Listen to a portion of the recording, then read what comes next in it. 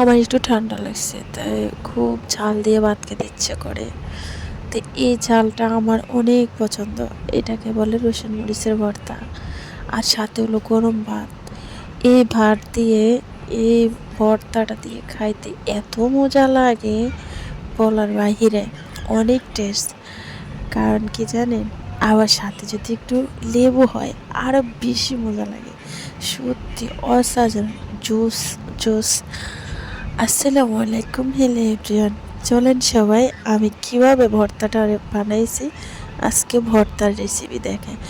এখানে আমি নিয়ে নিয়েছি শুকনো মরিচ, সাথে নিয়ে নিয়েছি মিষ্টি আলুর শাক। মিষ্টি আলুর শাক আমার অনেক পছন্দ, তা আমি এগুলা শুকনো মরিচগুলো ব্লেন্ডার করে সুন্দর করে নিয়ে আসছি। সাথে কিন্তু রসুন দিছি, রসুন দিয়ে ব্লেন্ডার করছি। তো তেলটা আমার গরম হয়ে গেছে, এখন আমি মরিচ বাটাটা দিয়ে দিব। আর তারপরে এখন পেঁয়াজ দিয়ে দিব। আর আলুর শাকটা কুচি করে রাখছিলাম, এটাও এখন দিয়ে দিব। দিয়ে আমি এই মজাদার ভর্তাটাকে লাড়তে লাড়তে একদম শুকনো শুকনো করে নিব। আর বিশেষ করেন এই ভর্তার স্বাদ এত ভালো লাগে, খাইতে অনেক মজা। আর লবণ দিয়ে দিছি স্বাদ মতো। এই তো আমার ভর্তাটা হয়ে গেছে। দেখেন ভর্তাটার কালার কত সুন্দর, একবারে ওই যে পেঁয়াজও আছে না, পেঁয়াজের মতো লাগতেছে, তাই না? আপনারা এইভাবে বাসায় ট্রাই করে খাবেন যখন ঠান্ডা লাগবে।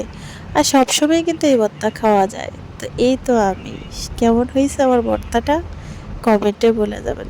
ভালো থাক।